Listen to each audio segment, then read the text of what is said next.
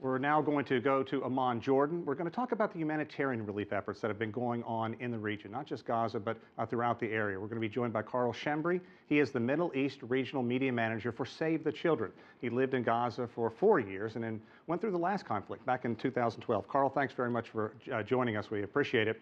Can you bring the humanitarian situation into focus for us? A huge percentage of people have been displaced in Gaza, including 1 million children, with Gaza in ruins and still an active war zone with water, food, and electricity in short supply.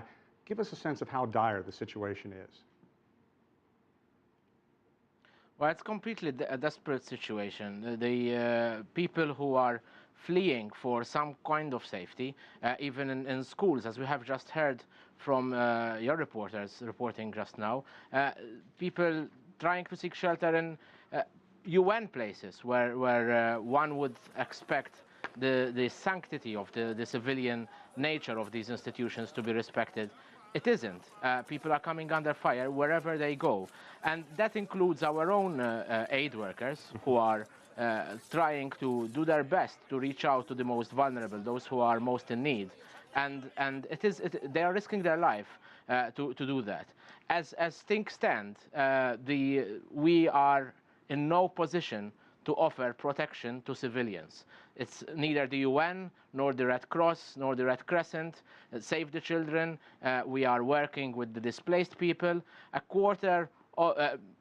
One fourth of the Gaza population is displaced right now. 475,000 people have been displaced. It's just a horrible wherever situation. They can, in schools and hospitals. You're exactly right. It's horrible to look at. It's very difficult to look at. But there's an international feeling that Hamas perhaps brought this on themselves, not only by breaking the recent ceasefire that made the horrific situation even worse. Thoughts on that? What are you hearing from people on the ground? Well, look, beyond the politics of it and beyond going into who has actually started this, it's ultimately the civilians who are paying the price of this conflict. It's the children. One child gets killed every hour. 1 in 4 Palestinians killed is a child. So even when both sides claim that they are not targeting civilians, the ultimate result is that civilians are dying. They are the ones paying the price. And this is completely unacceptable. And we are now beyond condemnation. These parties have to be held accountable. They have to be held responsible for what they are doing. Karl, you bring up some very good points. What is it going to take for someone to stand up and say enough is enough? We're seeing UN schools that are supposed to be safe havens hit and punished. And also, you've gone through this. I read your writings that went back to 2009, 2012. You're talking about a whole generation of young kids who are growing up in a war zone. What is this doing to them in terms of post-traumatic stress, anxiety, depression, mental health issues? Well, it's like every bomb that falls in Gaza is basically undoing years of work, both on the well-being, the emotional well-being of these children. We at Save the Children offer counseling sessions, offer psychosocial services. We've been working with children since the last 2 wars, in 2009 and 2012. A 6-year-old today would have already been to 3 wars in his or her life. So the trauma, the scars that these children are going to carry will take long for them to heal, if ever. And that's why we keep insisting that the children, this is not life for children.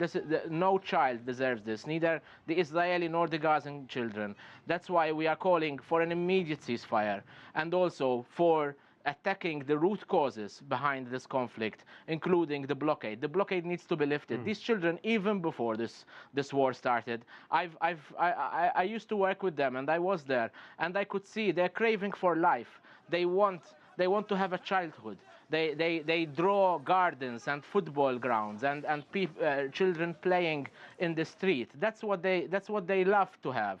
That's what they would like to have, playing on the beach. That has also become lethal, as we have seen in the terrible attack on those 4 children who were killed on the beach a few days ago.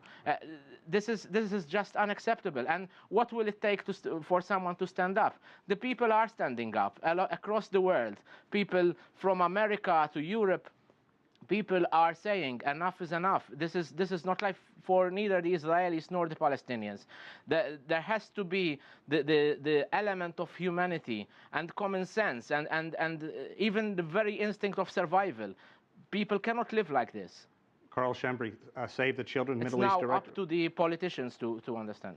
Karl, thanks very much. Very powerful voice coming out of that region. Let's hope the ceasefire talks in Cairo amount to something. Thank you again.